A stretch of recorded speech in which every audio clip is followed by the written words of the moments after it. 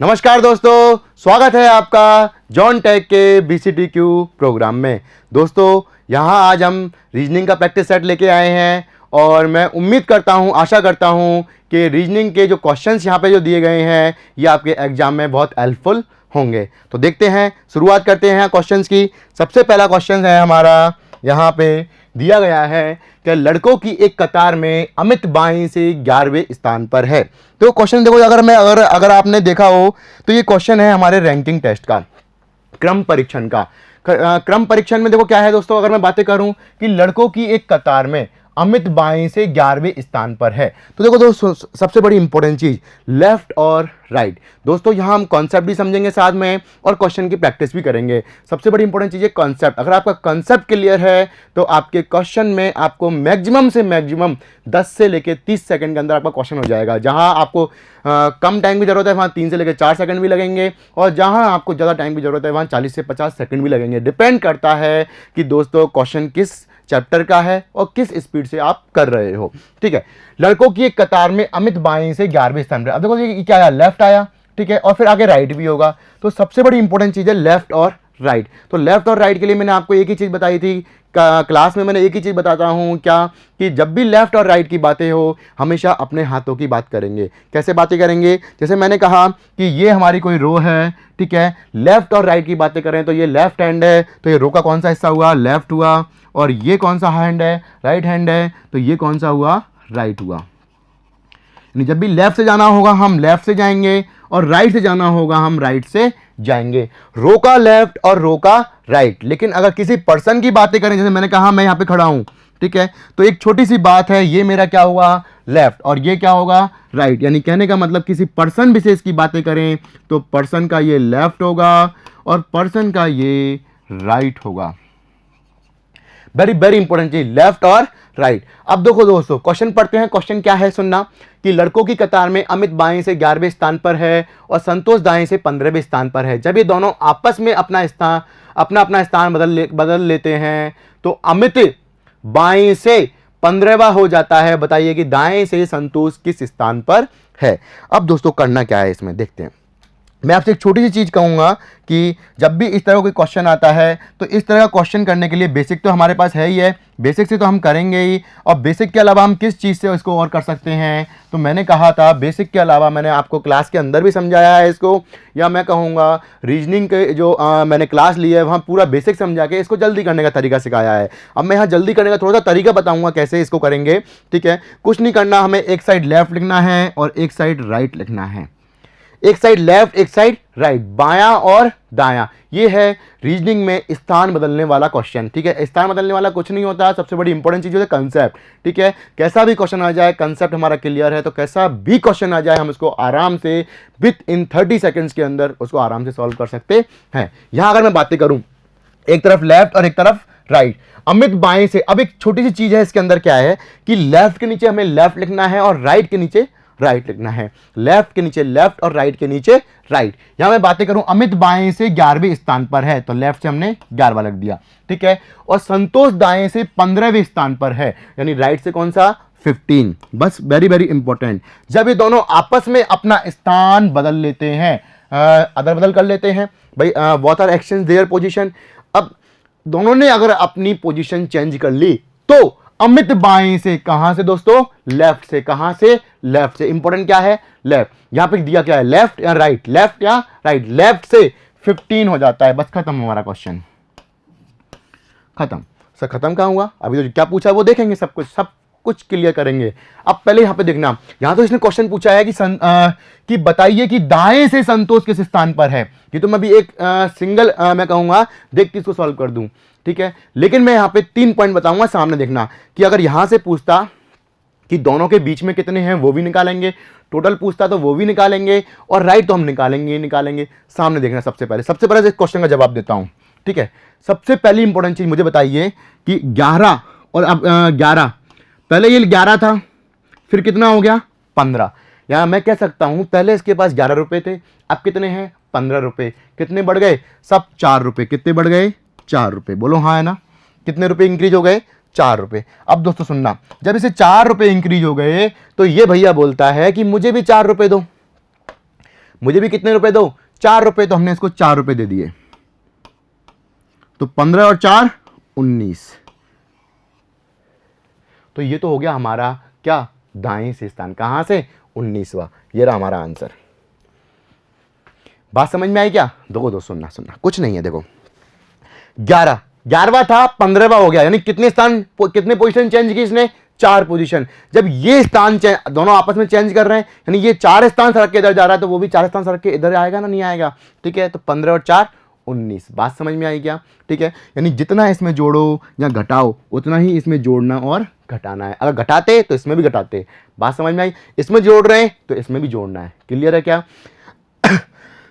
ये तो हो गया राइट से पोजीशन, यानी मैं कहूंगा दाएं से स्थान, राइट से।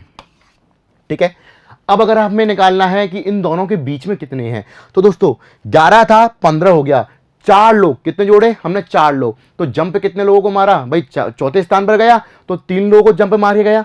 कितने लोगों को जंप मार के गया, 3 लोगों को। तो मैं यहां कह सकता हूं कि आप जितने भी जोड़ो या घटाओ उसमें से बड़े आराम से एक कम कर देना, तो आपका आंसर आ गया मिडिल नंबर का। किसका जाएगा, मिडिल नंबर, यानी दोनों के मध्य में कितने हो गए, 3 हो गए। कितने हो गए दोस्तों, 3 हो गए, हाँ या ना? अब बचा टोटल। तो टोटल के लिए आपको कुछ नहीं करना, टोटल के लिए आपको क्रॉस जोड़ना है। ठीक है, क्रॉस जोड़ना है और एक माइनस करना है। भाई सीधी सी बात है, लेफ्ट से और राइट से अगर पोजीशन दे रखी है तो हम बताते ना कि लेफ्ट और राइट जोड़ के कितना घटा दो, 1 घटा दो, क्योंकि व्यक्ति को कितनी बार जोड़ लिया गया है, 2 बार जोड़ लिया गया है, तो 1 बार हमें घटाना होता है। तो 15 और 15 30, -1 कितना, 29। नहीं सर, हम तो इसको करेंगे, 11 और 19 इसको कर लो, 11 और 19 30 -1 = 29। दोनों में से जो भी सुंदर सा लगे वही आपका आंसर, वहीं से आप आंसर निकाल लेना। बात समझ में आई क्या दोस्तों? ये आपका रैंकिंग का तो कर लिया हमने, क्या दिक्कत आ रही है? अगला क्वेश्चन देखते हैं। हाँ, तो हमारा अगला क्वेश्चन क्या है, एक चूहा पूरब दिशा में 20 मीटर दौड़ता है। ये दोस्तों क्या आ गया, देखो डायरेक्शन, क्या आ गया, डायरेक्शन। और डायरेक्शन में आप जानते हो ईस्ट वेस्ट नॉर्थ साउथ, हमारी दिशाएं कितनी होती हैं, ईस्ट वेस्ट नॉर्थ साउथ। तो पहले हम इसको समझ लेते हैं, थोड़ा सा सामने देखेंगे। मैंने कहा कि हमारी दिशाएं, मैंने कहा ये हमने मैप बनाया, ठीक है, ये हमारा क्या नॉर्थ, ये क्या साउथ, ये क्या ईस्ट और ये वेस्ट। ठीक है दोस्तों, अगर मैं बातें करूं तो सबसे बड़ी इंपॉर्टेंट चीज मैप, ठीक है, ये मैप, ठीक है। अब यहां अगर मैं बातें करूं तो हमारी मेन डायरेक्शन सिर्फ कितनी होती हैं, 4 मुख्य दिशाएं कितनी होती हैं, 4, पूरब पश्चिम उत्तर और दक्षिण। लेकिन हमारी 4 दिशाएं और होती है जिन्हें हम बोलते हैं सब डायरेक्शन या उप दिशाएं। ये नॉर्थ है, ये ईस्ट है, तो मिलके कौन सा बना, नॉर्थ ईस्ट। ये साउथ है, ईस्ट है, तो मिलके क्या बना, साउथ ईस्ट। ये साउथ है और ये वेस्ट है, मिलके क्या बना, साउथ वेस्ट। ये नॉर्थ और वेस्ट मिलके नॉर्थ वेस्ट। बात समझ में आई क्या? अब सबसे बड़ी इंपॉर्टेंट चीज लेफ्ट और राइट, क्या, दायां और बायां। तो दायां बायां के लिए हम किसका यूज करते हैं, अपने हाथों को करते नहीं करते दोस्तों? सबसे बड़ी इंपॉर्टेंट चीज दायां बायां। मैंने कहा देखिए दोस्तों, अगर ये नॉर्थ है, अगर मैं ऊपर जा रहा हूं, दायां मुड़ा तो इधर जाऊंगा, फिर दायां मुड़ा तो नीचे जाऊंगा, फिर दायां तो इधर, फिर दायां तो ऊपर। तो कह सकता हूं ना, क्या, सामने देखना, अगर मैं घड़ी की दिशा में जाऊंगा इन ए क्लॉकवाइज डायरेक्शन तो ये हमारा क्या होगा, राइट। और अगर मैं घड़ी की विपरीत दिशा में जाऊंगा इन एक एंटी क्लॉकवाइज डायरेक्शन तो ये हमारा क्या होगा, लेफ्ट। बोलो हाँ या ना? ठीक है, तो बस यही काम करना है हमें, और क्या करना है, कुछ नहीं करना, हटा देते हैं इसको और क्वेश्चन पे आते हैं। हमारा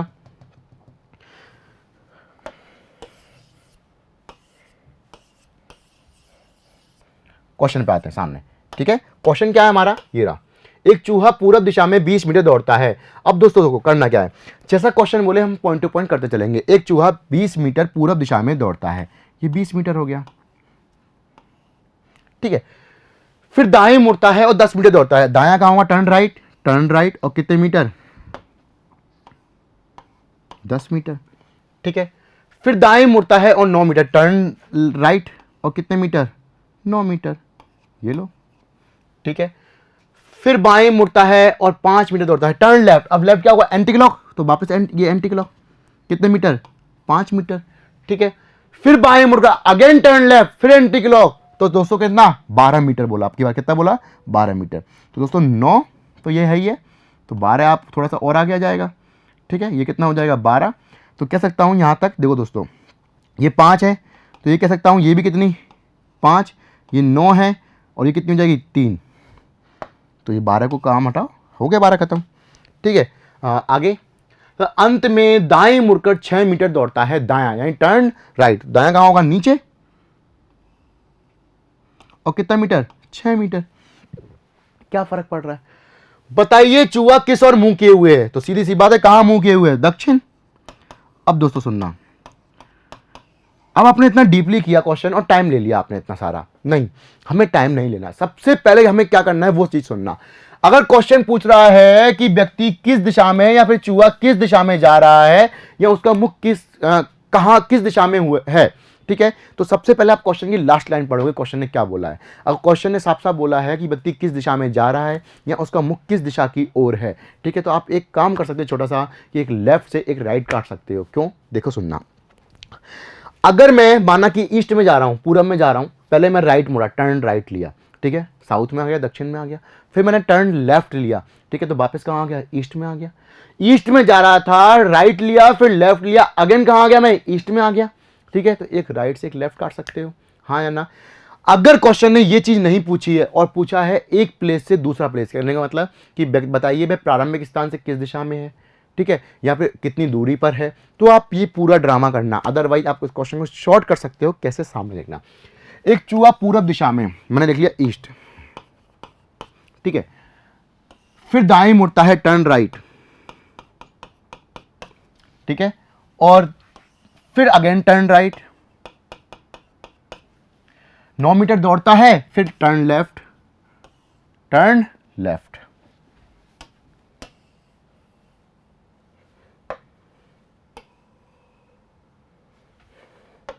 टर्न लेफ्ट, ठीक है, और 5 मिनट दौड़ता है, फिर अगेन टर्न लेफ्ट, और एट लास्ट टर्न राइट। बताइए चूहा किस और मुंह किए हुए है? ये निकालनी है, कोई दिक्कत नहीं है, एक राइट से एक लेफ्ट, एक राइट से एक लेफ्ट, कोई सा भी काट दो, क्या फर्क पड़ रहा है? ईस्ट है, ये ईस्ट, क्या बचा?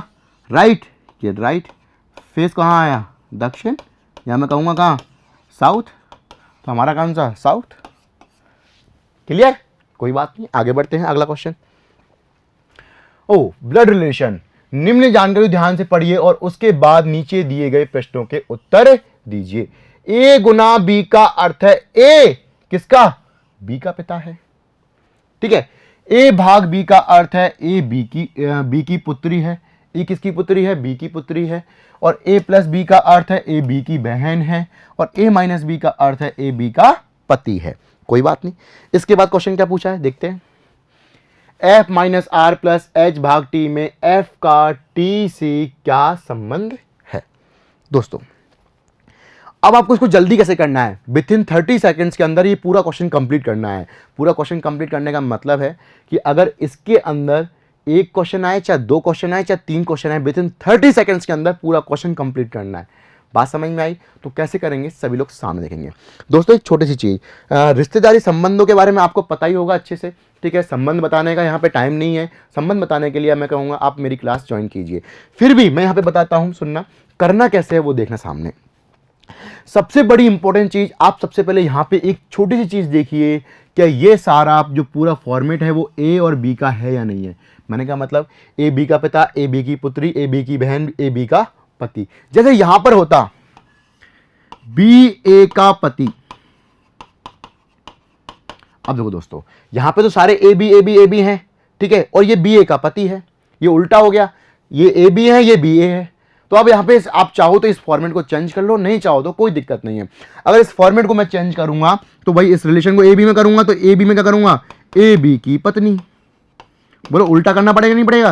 भाई बी अगर ए का पति है तो ए बी की क्या हो गई? पत्नी। बात समझ में आई? ये मैं आपको सिर्फ चेंज करना सिखा रहा हूं, अदरवाइज यहाँ पे तो ए बी का फॉर्मेट में एज इट इज दिया गया है,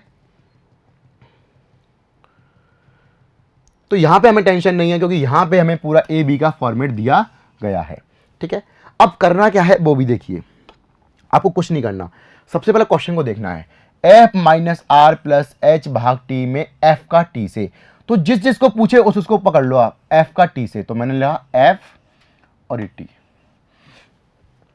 जिसके लिए पूछे उसको पकड़ लो और स्टार्ट करो पीछे से। कहां से?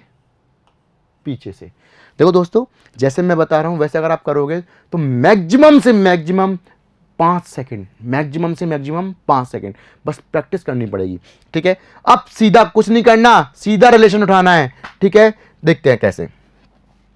स्टार्ट का करना है, कहां से करना है, पीछे से। टी भाग है ना यहाँ पे, मेरे को तो बार बार पेज पलटना पड़ेगा, लेकिन आपके पास सामने ही है इसलिए आप इसको जल्दी कर सकते हो। भाग, तो भाग, भाग का अर्थ क्या है, सीधा देखो पुत्री, क्या क्या पुत्री। तो मैं कह सकता हूं यहां पे टी की पुत्री, टी की पुत्री, टी की पुत्री प्लस टी की पुत्री। अब आप सुनना, इन नामों को बीच में मत बोलना, ठीक है। बीच में अगर आप बोलोगे टी की पुत्री एच तो आप भूल जाओगे फिर, ठीक है। डायरेक्ट सिर्फ रिलेशन, हमें रिलेशन की बात करनी है। जैसे मैंने कह दिया टी, टी की पुत्री, ठीक है। होगी कोई भी हमें मतलब नहीं, हमें एफ तक जाना है इसलिए। फिर बीच में क्या आ रहा है, प्लस, ठीक है। टी की पुत्री प्लस का अर्थ क्या है, की बहन। मैं कह सकता हूं टी की पुत्री की बहन। तो दोस्तों यहां तो मैं लिख रहा हूं इसलिए आप इतना टाइम लग रहा है, बाकी आप डायरेक्ट करोगे टी की पुत्री, और पुत्री की बहन भी पुत्री हुई या नहीं हुई, बोलो हाँ है ना भाई। टी की अगर कोई पुत्री है, उस पुत्री की बहन भी क्या हुई, टी की पुत्री हुई। तो ध्यान रखना टी की पुत्री सीधा आ गया, टी की पुत्री, हाँ है ना। आगे बढ़ते हैं, अभी क्या है, माइनस, ठीक है। तो माइनस का अर्थ क्या है, सीधा पति, क्या है, पति, ठीक है। तो ढंग से देखना, मैंने कहा टी की पुत्री, टी की पुत्री की बहन, टी की पुत्री, ठीक है, और इसका पति। तो बहन उसकी बेटी की पुत्री का पति, पुत्री का पति तो क्या हुआ, जल्दी बोलो। पुत्री का जो पति है वो क्या हुआ, दामाद हुआ, नहीं हुआ, क्या हुआ, दामाद हुआ। तो सुनना, देखना, यहां पर नीचे लिख भी दिया मैंने आपके कंफ्यूजन के लिए, कंफ्यूजन दूर करने के लिए। टी की पुत्री की बहन, टी की पुत्री, और टी की पुत्री का पति। भाई पुत्री का पति क्या हुआ, पुत्री का पति, दामाद हुआ, नहीं हुआ, क्या हुआ, दामाद हुआ, ठीक है। क्या हुआ, दामाद। तो ये तो दामाद हुआ, कौन, जल्दी बोलिए कौन हुआ दामाद, एफ हुआ ना भाई, दामाद तो एफ पे ही आया ना। तो एफ क्या हुआ, दामाद। और टी क्या हुआ, सास या ससुर, कंफर्म नहीं है, सास या ससुर। जब तक जेंडर कंफर्म ना हो तब तक आप जवाब नहीं दे सकते, क्लियर है क्या। अब पूछा किसके लिए वो भी देखो, एफ का टी से। तो दोस्तों जब भी दो के बीच में एक का आए तो का को बड़े प्यार से आप कर देना कौन, एफ कौन, एफ कौन, तो एफ कौन है, दामाद। तो हमारा आंसर क्या हो गया, दामाद। बाकी देखो जो समझदार है या जिसके क्वेश्चन समझ में आता है उसको कौन करने की जरूरत भी नहीं है। एफ का, एफ का, आपका, आपके पिता से, आपका, आपके पिता से। तो आपका, आप कौन हो, पुत्री तो हो, यानी किसके लिए पूछा, इसके लिए पूछा, सीधी सी बात है, करने की जरूरत ही नहीं है, ठीक है। तो छोटी सी चीज है, तो यहां पे आंसर क्या आ गया हमारा, दामाद आ गया। तो दोस्तों मेरे को तो पेज पलटना पड़ रहा है, इसलिए मैं बार बार मैं चिन्हों के निशान ये देख रहा हूँ, मतलब देख रहा हूँ। बाकी आपको पेज पलटने की जरूरत नहीं है, आप इसका फास्ट कर सकते हो, ठीक है। देखते हैं अगला क्वेश्चन, एक क्वेश्चन और दे रखा है। तो अब की बार मैं आपको फास्ट करने का तरीका बताता हूं, और उसके लिए देखते हैं, मैं चिन्हों को सीधी सी बात है आपके सामने लिख लेता हूं। देखो यहां पे गुना का अर्थ लिख लिया मैंने, पिता, ठीक है। देखो फास्ट कैसे करते हैं वो बता रहा हूं मैं आपको, ठीक है। भाग का अर्थ है पुत्री और प्लस का अर्थ है बहन। भाग का अर्थ है पुत्री और प्लस का अर्थ है बहन, और माइनस का अर्थ है पति, ठीक है। ये चार इंफॉर्मेशन थी। अब देखो इन इंफॉर्मेशन से कैसे करते हैं, क्योंकि आपके सामने तो ये इंफॉर्मेशन थी, मेरे सामने तो नहीं है, क्योंकि मुझे पेज पलटना पड़ रहा है। जल्दी कैसे करते हैं वो देखना, सुनना। एच का एफ से, तो एच को पकड़ा और एफ को पकड़ा, ठीक है। एच के लिए पूछा है तो आप कंफर्म नहीं हो पाओगे, क्योंकि ये भी एक निशान और है, फिर भी हम निकालते हैं पहले, ठीक है। गुना, गुना का अर्थ क्या है, पिता। एच के पिता, एच के पिता की पुत्री, भाई एच के पिता की पुत्री, भाई आपके पिता की पुत्री आपकी क्या हुई, बहन हुई ना। तो ये बहन हुई, ये क्या हुई, बहन। तो सर ये कौन हुआ, इसका अभी कंफर्मेशन नहीं है, इसका जेंडर पता नहीं है। तो ये भाई भी हो सकता है और बहन भी हो सकता है। जेंडर नहीं पता ना, लेकिन जेंडर पता करेंगे हम। देखो कैसे, क्योंकि इसके पीछे एक इंफॉर्मेशन और दे रखी है, इससे हमें इसका जेंडर पता लग जाएगा। देखो माइनस है ना, ठीक है। तो माइनस का अर्थ क्या है, पति। तो एल का ये पति है ना, पति है तो मतलब मेल हुआ, और मेल हुआ तो जेंडर कौन सा हुआ, भाई हुआ। तो भाई हुआ तो मैं इस बहन को तो हटा देता हूं यहां से, ठीक है। क्या हुआ, मेल भाई हुआ, ठीक है। तो पूछा किसके लिए, एच का,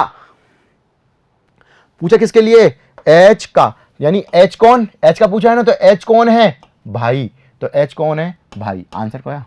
बी।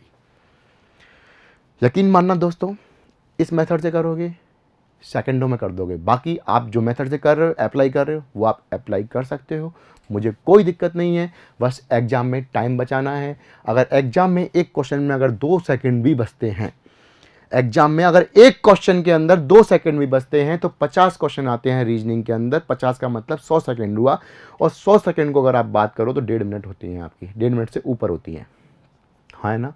ठीक है, तो 1.5 मिनट से अगर ऊपर होती हैं तो दोस्तों 1.5 मिनट से ऊपर में तो आप बहुत सारे क्वेश्चन कर सकते हो। जीके के कर सकते हो, नहीं कर सकते हो? समझदार आप हो। नहीं करने वालों के लिए तो सब पूरा 2 घंटा भी खर्च कर कोई मतलब ही नहीं है। 2 घंटे में भी कुछ नहीं होता। आगे बढ़ते हैं। सुनना, यदि आगामी कल के 3 दिन बाद 15 जून पड़ता हो, क्या कैलेंडर? कोई बात नहीं, ठीक है। आगामी कल, तो दोस्तों करने का तरीका, सबसे पहले इसमें टुडे लेके दें। आज आगामी कल के 3 दिन बाद 1, 2, 3, तो दोस्तों सबसे बड़ी इंपॉर्टेंस ये तीसरे दिन की ही बात कर रहा है। ये नहीं 3 दिन बाद आप चौथा दिन पे पहुंच जाओ। कैसे? मैंने कहा आज के 2 दिन बाद, आज के 2 दिन बाद, तो कल और परसों, परसों का दिन ही लोगे, नहीं लोगे? आप बोलो हाँ है ना? सीधे सीधे 2 दिन बाद दूसरा दिन ही लोगे, नहीं लोगे?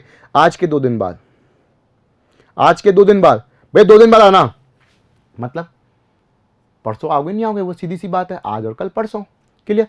तो देखो, यदि आगामी कल के 3 दिन बाद, ये इंपॉर्टेंट है, 3 दिन मतलब तीसरा दिन 15 जून पड़ता है, यानी डेट कौन सी है? 15 जून।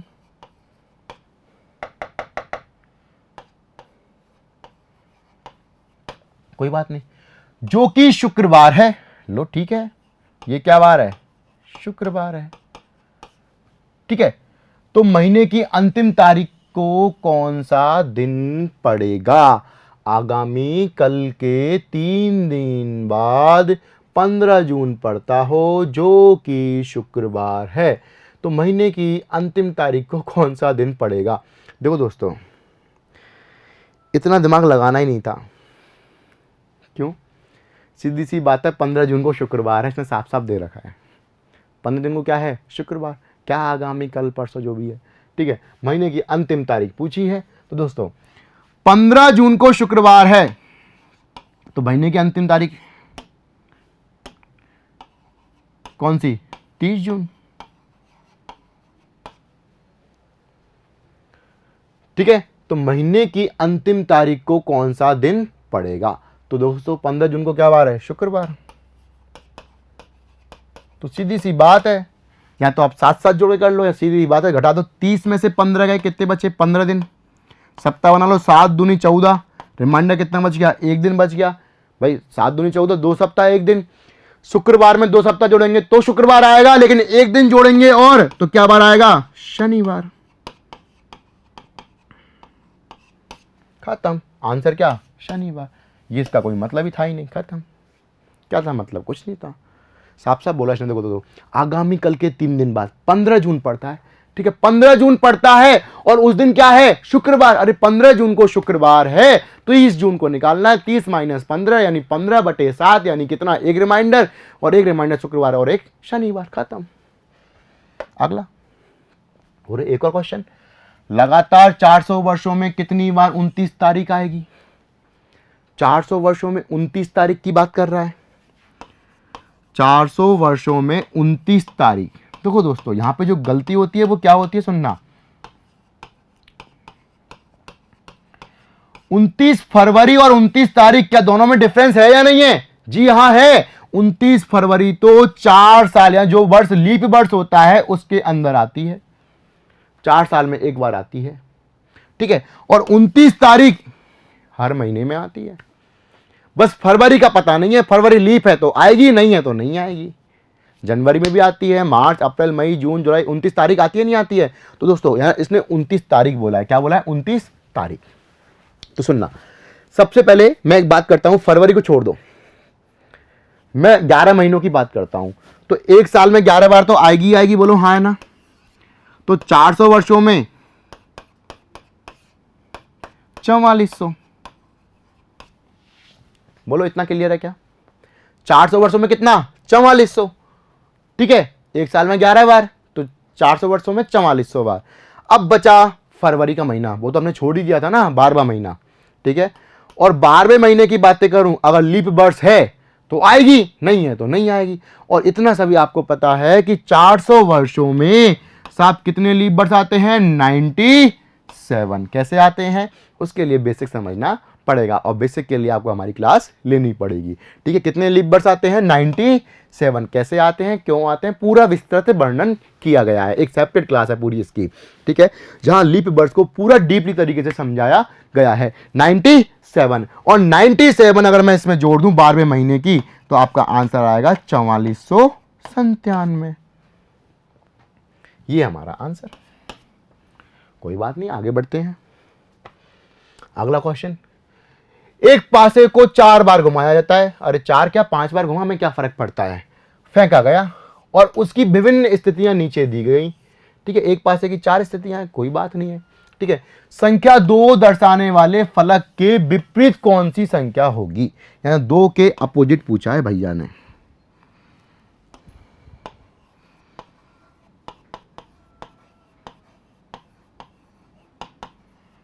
किसके अपोजिट, 2 के अपोजिट।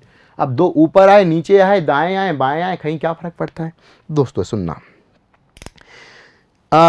इसमें हमारे 2 रूल इंपॉर्टेंट होते हैं। रूल नंबर 1 ये है कि यदि हमें घन या पासे की, यदि हमें एक घन या पासे की 2 या 2 से अधिक स्थितियां दी गई हैं, एक क्यूब और डाइस की 2 या 2 से अधिक सिचुएशन दी गई हैं, और किन्हीं दो में कोई एक अंक समान है, तो समान को हम काट देते हैं, सॉरी समान से हम इनको घड़ी की दिशा में लिख लेते हैं। देखो कैसे, जैसे मैंने ले लिया, सामने देखना, कोई भी, जैसे मैंने कहा एक ले लो जिसमें आपका कोई एक अंक समान है, ठीक है। जैसे मैं बात करता हूं लास्ट के 2 की,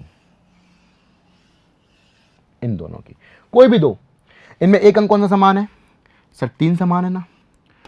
तो समान अंक से घड़ी की दिशा में 3 4 5, 3 4 5, 3 के नीचे लिखेंगे हम 3, 1 और 2, तो 5 के विपरीत 2, 2 के विपरीत 5, 4 के विपरीत 1, 1 के विपरीत 4, और बचा हुआ 3, और 3 के विपरीत क्या आ गया हमारा 6, क्योंकि डाइस है और डाइस में 1 से लेकर 6 तक अंक होते हैं, 3 2 बार आएगा नहीं, ठीक है। एक रूल तो ये था, और दूसरा रूल क्या था कि अगर 2 कॉमन है तो आपस में काट देते हैं। जैसे मैंने कहा, अगर मैं बातें करता हूं यहां पे दूसरे और तीसरे की,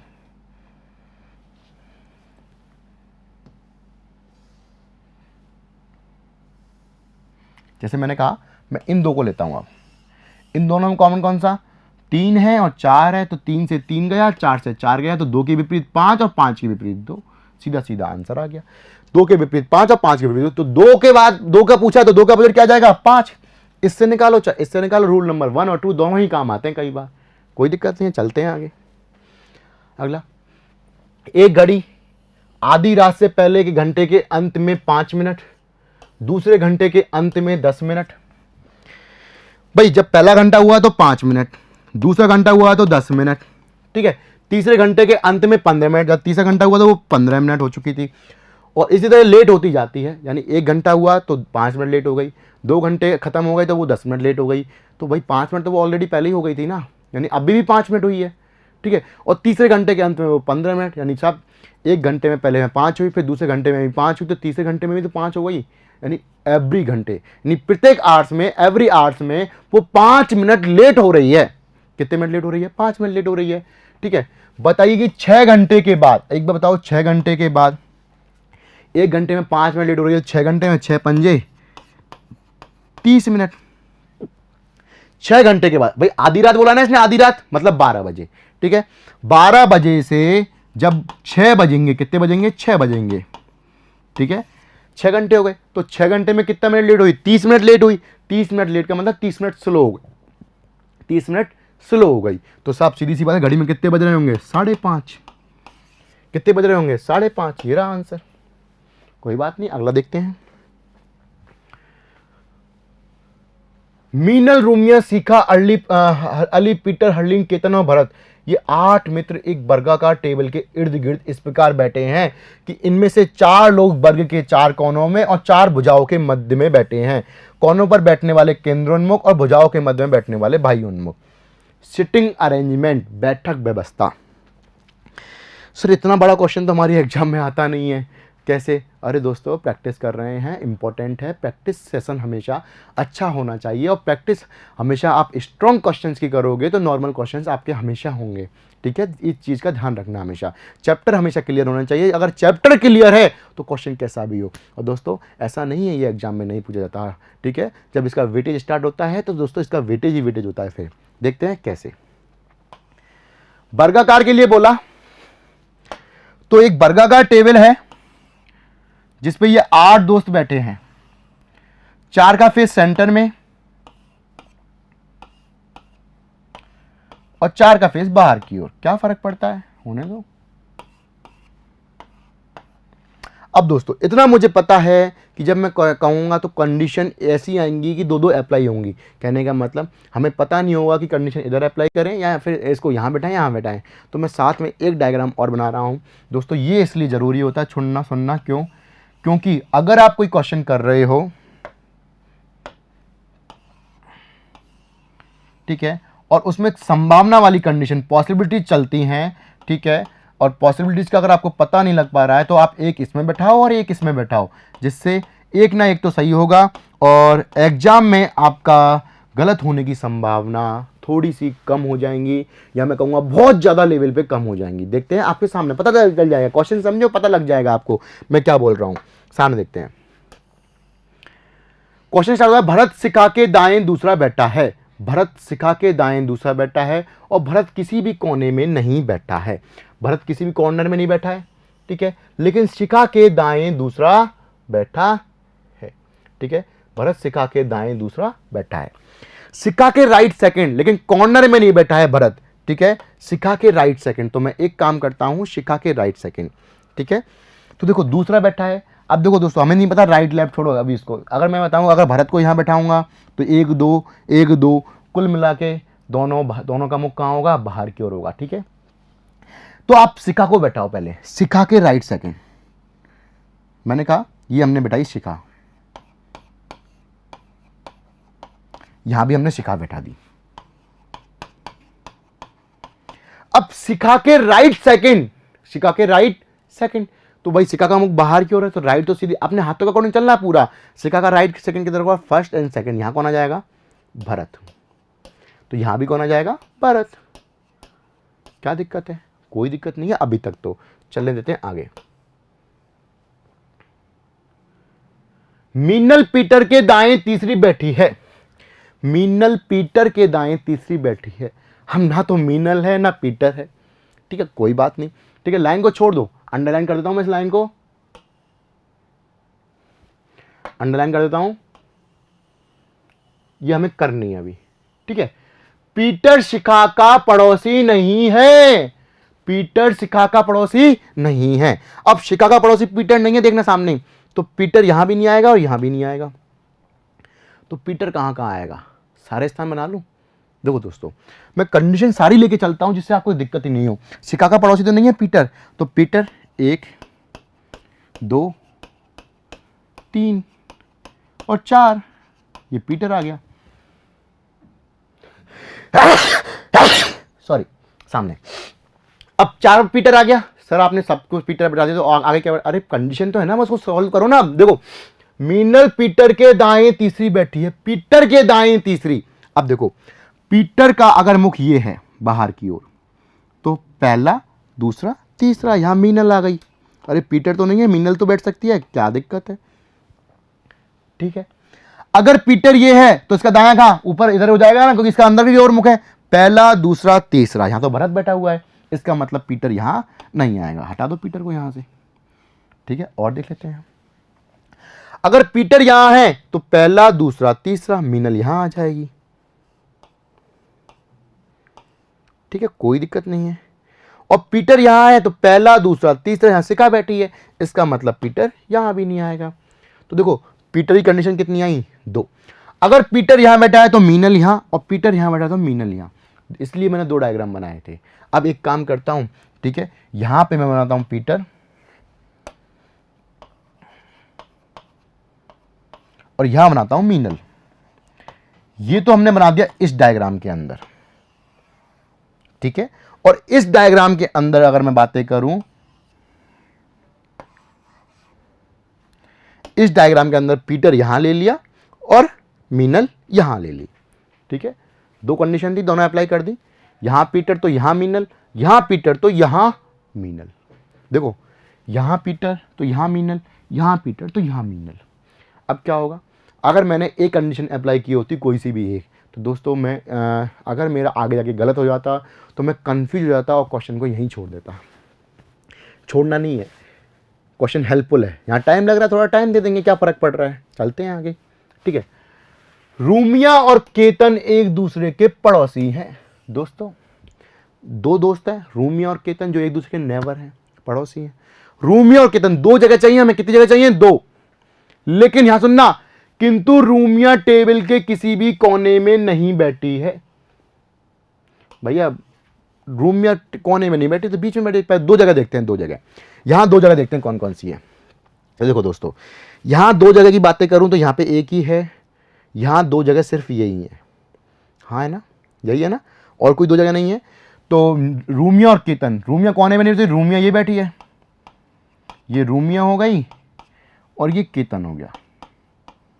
ठीक है, और यहां अगर मैं बातें करूं तो यहां पे दो, क्या ये तीन जगह हैं, एक दो तीन, इन तीन में से दो जगह ले लूं मैं रूमिया और केतन के लिए।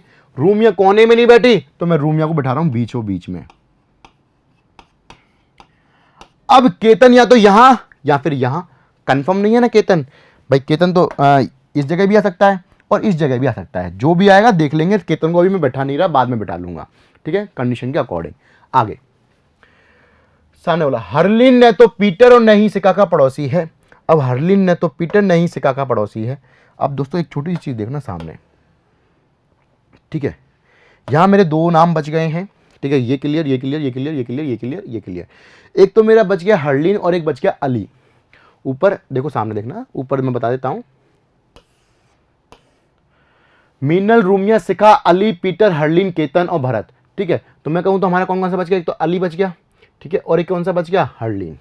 ठीक है, सामने देखना, हरलिन और अली।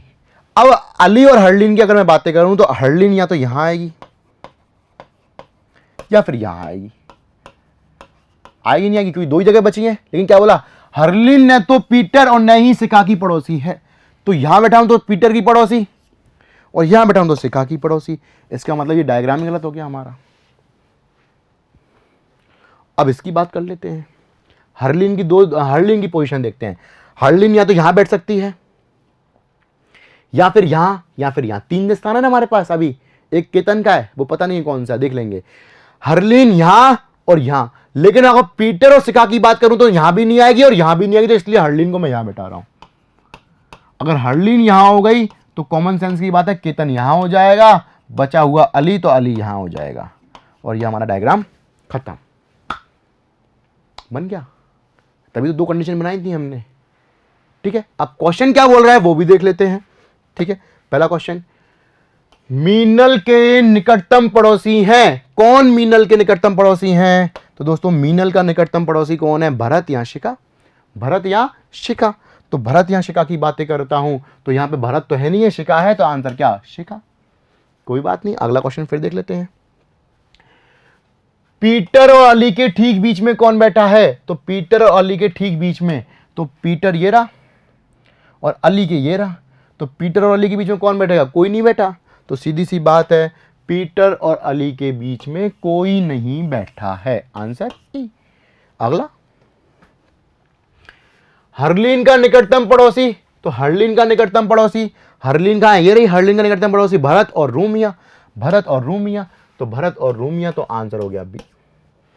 तीन क्वेश्चन थे, तो तीन क्वेश्चन, एक क्वेश्चन को 30 सेकंड देते हैं तो 90 सेकंड्स हो गए, और 90 सेकंड में आप क्वेश्चन कर सकते हो आराम से।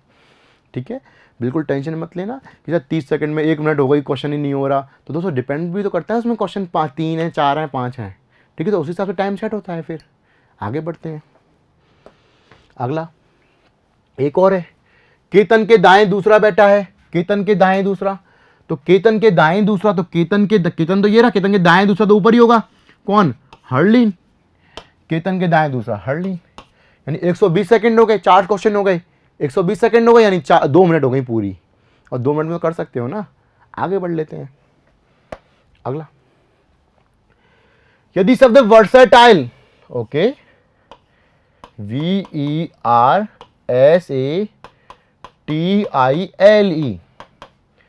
के पहले, ओके, चौथे, ओके, पांचवे, ओके, नौवे, ये रहा, यानी कौन कौन से, BSAE, ओके, कोई सार्थक शब्द यानी मीनिंगफुल वर्ड बनाना संभव हो तो उस शब्द का दूसरा अक्षर क्या होगा।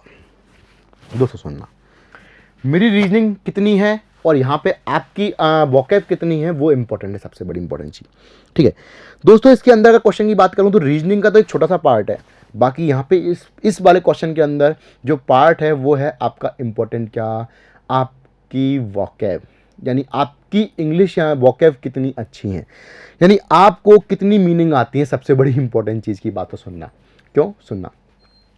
अब ये 4 लेटर आपके सामने आ गए, ये तो रीजनिंग के माध्यम से आपने अलग कर लिए, ठीक है, आपने इतना कॉमन सेंस से अलग कर लिया, ठीक है।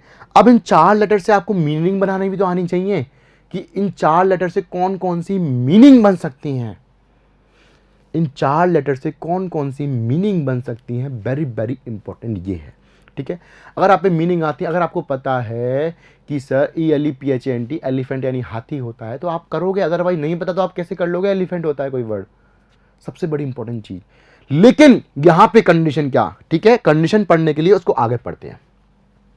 यदि एक से अधिक शब्द बनाए जा सकते हैं तो उत्तर X दीजिए, और यदि कोई शब्द बनाना संभव नहीं हो तो उत्तर Y दीजिए। सामने देखना, देखो दोस्तों, ये 4 लेटर है ना, काम आपके 4 लेटर ही आएंगे, ऐसा नहीं कि सर इन 4 लेटर में SEACC, सर एक ये बन गया, नहीं दोस्तों, ये 4 लेटर तो 4 लेटर यानी 1 2 3 4, ये चारों के चारों लेटर काम आएंगे और चारों के चारों लेटर एक एक बार ही काम आएंगे। ऐसा नहीं कि सर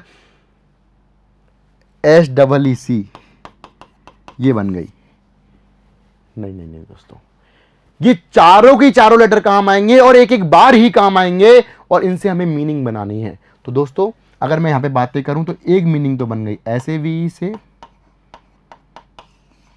और एक मीनिंग बनती है आपकी BASE, वेस। बेस होता है गुलदस्ता रखने का जो पॉट होता है, वो उसे बेस बोलते हैं, हम गुलदस्ता बोल सकते हैं, ठीक है। तो दोस्तों यहां पे सुनना, अभी हमारा क्वेश्चन का आंसर नहीं आया, क्वेश्चन को पढ़ना बाकी है। अभी तो बोला कि अगर कोई वर्ड बनाना संभव हो तो उसका सेकंड लेटर क्या होगा, तो सब दोस्तों वर्ड तो 2 बन रहे हैं, एक में ए दूसरे में भी ए, और सर कोई तीसरा बन जाता तो कोई दिक्कत नहीं है, ठीक है। वर्ड बनाना संभव है उसका सेकंड लेटर, ये इसने क्या बोला कि अगर कोई एक ही वर्ड बनता है, सुनना, वर्ड बनाना, शब्द बनाना संभव हो, शब्द बोला ना, शब्द बनाना संभव है, शब्द, शब्दों नहीं शब्द, यहां अगर एक वर्ड बनता है तो उसका सेकंड लेटर है। इसने साफ साफ बोला यदि एक से अधिक शब्द बन रहे हैं, मोर देन 1 वर्ड बन रहे हैं, तो आपका आंसर क्या होगा X, और यदि कोई शब्द बन ही नहीं रहा है तो आपका उत्तर क्या होगा Y।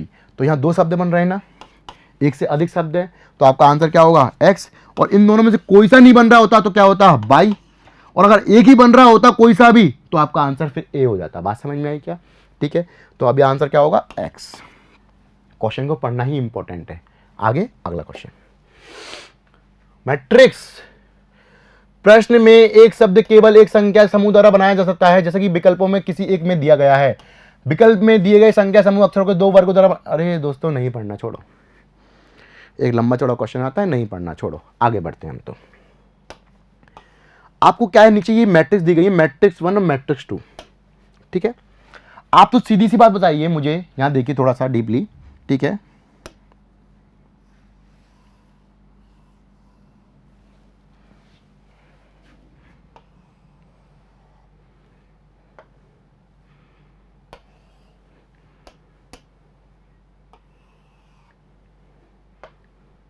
देखिए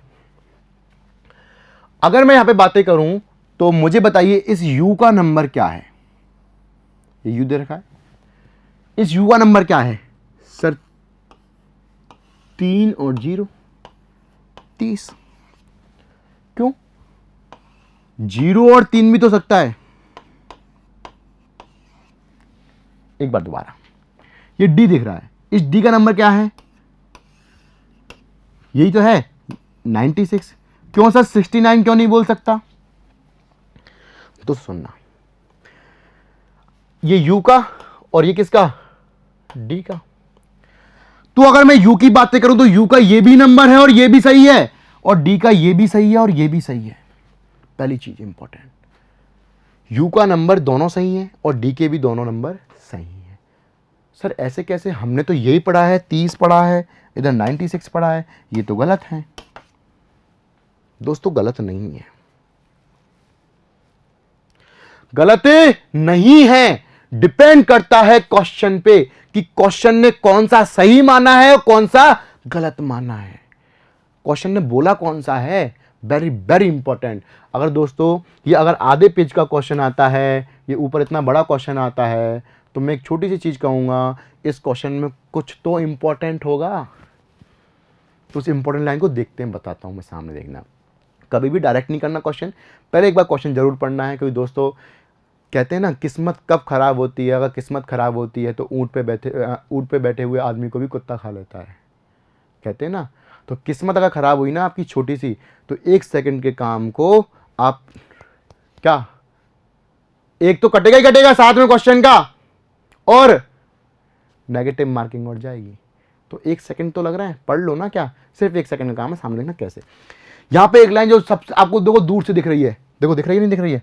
उदाहरण के लिए अगर मैं कहूं, उदाहरण के लिए F को 10 और 24, ठीक है, और W को 58 और 66, अगर आप ये देख सकते हो तो इसके ऊपर एक लाइन और है, अगर आप वो समझ सकते हो तो अच्छी बात है, अदरवाइज इसी को पढ़ लो, ठीक है। सुनना, देखो, इन मैट्रिक्स से एक अक्षर को पहले उसकी पंक्ति, पहले तो रो और बाद में स्तंभ संख्या, यहां कॉलम, पहले रो और फिर कॉलम, पहले रो और फिर कॉलम, यानी पहले साइड से फिर ऊपर से, डिपेंड नहीं करता। अगर बोल देता यहां पे कि पहले स्तंभ और बाद में पंक्ति, तो हम वैसे सॉल्व करते, इसने बोला पहले पंक्ति और बाद में स्तंभ।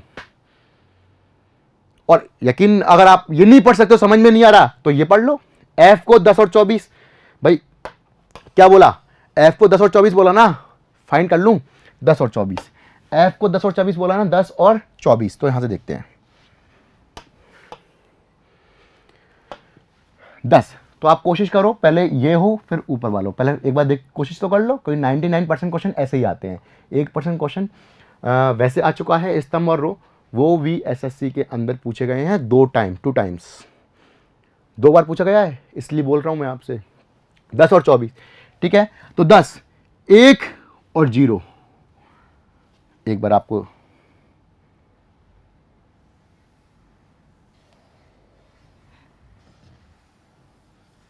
सामने देखिए, 10, 1 और 0, क्या 10 पे है क्या, जी हाँ है, और 24, 2 और 4, 24 पे भी है। तो हम साफ साफ कह सकते हैं कि सर 10 और 10 पे भी है, 24 पे भी है। तो यहाँ पे आप एक छोटी सी चीज़ कह सकते हो यहाँ पे, क्या कि सर 10 भी है और 24 भी है। तो हम कह सकते हैं कि पहले रो ली है और फिर कॉलम लिए हैं। फिर आपको क्वेश्चन पूछे जाएंगे, और ये रहा आपका एक क्वेश्चन TULY, और ये आपका एक है, 4 ऑप्शन दे दिए और बोल दिया TULY। तो आपको ऐसा ऑप्शन चूज करना है जहां T का भी कोडिंग सही है, या T का भी नंबर सही है, U की भी नंबर सही है, L का भी नंबर और Y का भी नंबर। इसे कह सकते हैं मैट्रिक्स कोडिंग बोलते हैं, आव्यूह लेखन, ठीक है। तो अब आपको ऐसा ऑप्शन देखना है जहां T, U, L और Y का सही है। तो दोस्तों मुझे तो पेज पलटना पड़ेगा, बाकी आपके पास तो सामने ही होगा, आप फास्ट करना है इसको, ठीक है। तो मैं एक बार इसको चारों ऑप्शन को साथ में देख रहा हूं। तो T का मैंने नंबर देखा तो 22, 11, 01 और फिर 22, यानी मुझे 3 नंबर देखने हैं, 22, 11, 01, 22, 11, 01। तो 22 पे क्या, 22 पे T है क्या सर, 22 पे है। 11 पे है क्या, 11 पे है। और 01 पे है क्या सर, 01 पे T नहीं है। और 01 पे T नहीं है, तो 01 पे T नहीं है, तो आपका C ऑप्शन क्या हो गया, गलत हो गया, ठीक है। कोई बात नहीं, चलने दो। U का नंबर देखता हूं, तो U का 14, 23 फिर 14, तो 14 और 23 देखना है U का, 14 और 23। तो 14 पे U है क्या, जी हाँ है। और 23 पे है क्या, सब 23 पे भी है, यानी यू हमारा बिल्कुल सही जा रहा है, कोई बात नहीं। अगला देखते हैं एल। 68, 89 और 67, एक तो गलत होगा 68 67 में से। 67 68 89 किसके लिए? एल के लिए। 67 68 89, तो 67 पे है क्या एल? है, तो 68 पे नहीं है, कोई बात नहीं। 89 की बात करूं तो 89 पे है, यानी 68 पे नहीं है और 68 पे नहीं है, तो दोस्तों फिर हमारा ऑप्शन ए भी गलत हो गया। वाई 56 या 78, वाई के लिए देखना है हमें 56 या 78, तो वाई के लिए हमें देखना है 56 या 78, तो 56 पर भी है और 78 पे भी है। अब देखो दोस्तों, अब सबसे बड़ी प्रॉब्लम क्या होती है, सर 56 पे भी है और 78 पे भी है, तो ऐसी जगह क्या होता है, आप अपना देखो दो चीज करते हो। पहली चीज, या तो आप इस क्वेश्चन को छोड़ के आगे बढ़ जाते हो। दूसरी चीज पता है क्या होता है, दूसरी चीज हम क्या करते हैं कि इस जगह सोचने लग जाते हैं यार ए ऑप्शन बी ऑप्शन सही होगा, डी ऑप्शन सही होगा, और हमारे 1 या 2 मिनट खत्म खराब कर देते हैं। क्यों कर देते हैं? क्योंकि आपके अकॉर्डिंग तो दोनों ऑप्शन सही हैं और ए बी सी डी में से एक भरना है। अगर आपने बी भरा और सामने वाले ने डी मान लिया तो गलत हो जाएगा, और डी भर दिया और बी मान लिया तो गलत हो जाएगा। तो दोस्तों एक छोटी सी चीज सुनना मेरी यहाँ पे, जो मैं आपको बताने वाला हूँ। क्या कभी कभी एग्जाम में ऐसी टाइपिंग मिस्टेक हो जाती है, ठीक है, कि आपके यहाँ तो दोनों ऑप्शन सही होते हैं या एक भी ऑप्शन सही नहीं होता, ठीक है, आपको गलत लगता है, और उस बेस पे आप 1 या 2 मिनट खत्म खराब कर देते हो। और जनरली अगर मैं बातें करूं एसएससी के अंदर ऐसा एक क्वेश्चन आने, 1 या 2 क्वेश्चन आने लग गए या आते हैं। दोस्तों मैं ऐसे बात नहीं करूंगा कि क्यों आते हैं, किस लिए आते हैं, क्या रीजन है, या फिर चेक नहीं होता क्या, क्या जो भी है, मैं फालतू बातें बिल्कुल भी नहीं करूंगा। मेरा सबसे बड़ी इंपॉर्टेंट चीज़ है वो है टाइम मैनेजमेंट। क्या है? Time management. अगर ऐसा कोई क्वेश्चन अगर आपको दिख रहा है जहां आप फास्ट आंसर नहीं दे पा रहे हो इस जगह, या आपको लग रहा है कि दोनों ऑप्शन सही हैं, आप कोई सा भी एक भरो और आगे बढ़ो, खाली मत छोड़ो। पहली चीज़ तो अगर आप करोगे तो नंबर मिलेगा, नहीं करोगे तो नंबर नहीं मिलेगा। कई बार ऐसा हो जाता है, या तो आपको पूरा बोनस मिलेगा या तो इसका पूरा बोनस मिलेगा, ठीक है, तो आप क्यों गलत रहे हो उस जगह? आप तो इनमें से एक भर के आओ, ठीक है। और ऐसे क्वेश्चन पर रेट लगती है और 100% आपको बोनस नंबर मिलते हैं, हटा दिए जाते हैं फिर बोनस मिलते हैं, ठीक है। तो मैं आपसे सिर्फ इतना सा कहूंगा, सिर्फ और सिर्फ टाइम के लिए मैंने आपको ये डाला है। ऐसा पहली बात तो आएगा नहीं, अगर आता है, ऐसा पहली बात तो आएगा नहीं, अगर आता है तो आप ऐसे में अपना टाइम खराब ना करें। ये जल्दीबाजी में पेपर बनाने में होता है, जल्दीबाजी पेपर बनाने में मिस्टेक रह जाती है, और उस मिस्टेक में या तो ऑप्शन में मिस्टेक रह जाती है या क्वेश्चन में मिस्टेक रह जाती है। यहां पे आप रीजनिंग के क्वेश्चन कर रहे हो, और रीजनिंग का क्वेश्चन सिर्फ इतना सा कहता है कि अगर क्वेश्चन में अगर आप टाइम ले रहे हो तो आगे बढ़ो, क्योंकि रीजनिंग दिमाग का खेल है, और दिमाग में अगर आप टाइम दोगे तो दोस्तों फिर इसी को करते रह जाओगे, बाकी आप छोड़ जाओगे। रीजनिंग आपके पेपर में साफ साफ जब आप इंस्ट्रक्शन पढ़ते हो ना, इंस्ट्रक्शन पढ़ना साफ साफ लिखा हुआ होता है। अगर कोई क्वेश्चन ज़्यादा वक्त ले रहा है तो उस क्वेश्चन को छोड़िए और आगे बढ़िए। पर ऐसे उन इंस्ट्रक्शन को बहुत कम लोग पढ़ते हैं, नहीं भी पढ़ते हैं, कोई बड़ी चीज़ नहीं है। तो दोस्तों इतना सा कहूँगा, यहाँ पे ये सिर्फ ऑप्शन की मिस्टेक थी। एक ऑप्शन में कोई ना कोई सा, या तो ये चेंज हो जाएगा या ये चेंज हो जाएगा, कोई सा भी, ठीक है। तो यहाँ पे अगर मैं कह दूँ तो दोनों आंसर हैं, ठीक है, तो हमारा आंसर बी और डी दोनों हो जाएंगे। सिर्फ और सिर्फ मेरा उद्देश्य यहाँ पे दोनों ऑप्शन सही करने का सिर्फ इतना ही था, आपका टाइम बचाना, टाइम बचाना। क्लियर दोस्तों? आगे बढ़े। और ऐसे क्वेश्चन कभी आते हैं ना, तो आप कभी भी स्टार्टिंग से चेक मत करो, या तो इसका लास्ट का लो, लास्ट का भी ना लो तो बीच का कोई सा भी, या तो एल पकड़ लो या यू पकड़ लो। क्यों साहब? जनरली क्या होता है, अगर आप बीच का कोई लेटर उठाते हो तो एक साथ 2 ऑप्शन गलत हो जाते हैं, और 2 ऑप्शन में तो देखना भाई हाथ का खेल है, फटाफट देख लेते हैं, टाइम बचता है, ठीक है। आगे बढ़ते हैं। यदि किसी सांकेतिक भाषा में हिंदू को 61257, तो यहां नीचे लिख रहा हूं मैं, हिंदू को 61257, MAN मैन को 924 लिखा जाता है, तो बोला इंदिरा INDIRA, इसका क्या कोड होगा? तो दोस्तों सुनना, सामने देखना, ठीक है, कोई दिक्कत नहीं है, इसको ऊपर सरका देते हैं, यहां देखते हैं सामने। दोस्तों अगर मैं बातें करूं तो ये है आपकी एक फिक्स कोडिंग। सर आपने देखते ही कैसे बोल दिया? देखो दोस्तों, जब आप प्रैक्टिस करोगे तो इतना तो एक्सपीरियंस आपको भी आ जाएगा कि कौन सी कोडिंग है। क्यों? सामने देखना। देखो आई है ऊपर, एन है ऊपर, डी है ऊपर, आई ऊपर है और ए ऊपर है, यानी आर ही तो नहीं है बस।